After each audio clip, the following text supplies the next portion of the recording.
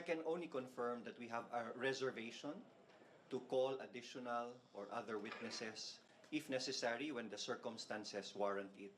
But for now, I can confirm that we will call or subpoena the Vice President. And it's only a matter of coincidence na nandito siya kanina sa Senado.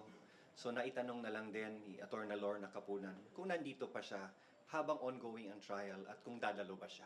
But what changed, sir? Kasi wala po siya doon sa request natin ng pre-trial order, VP Sara, wala po sa list. Matagal na naming nire-request ang Vice President na dumalo sa Kongreso pa lang sa Committee on Justice. Tuwing may hearing kami, may imbitasyon ang Vice Presidente. And we leave it up to her. She has the right to attend or not to attend so long as nandyan ang kanyang mga abogado. At hanggang dun lang muna ako para hindi ko makwento ang strategy ng prosecution.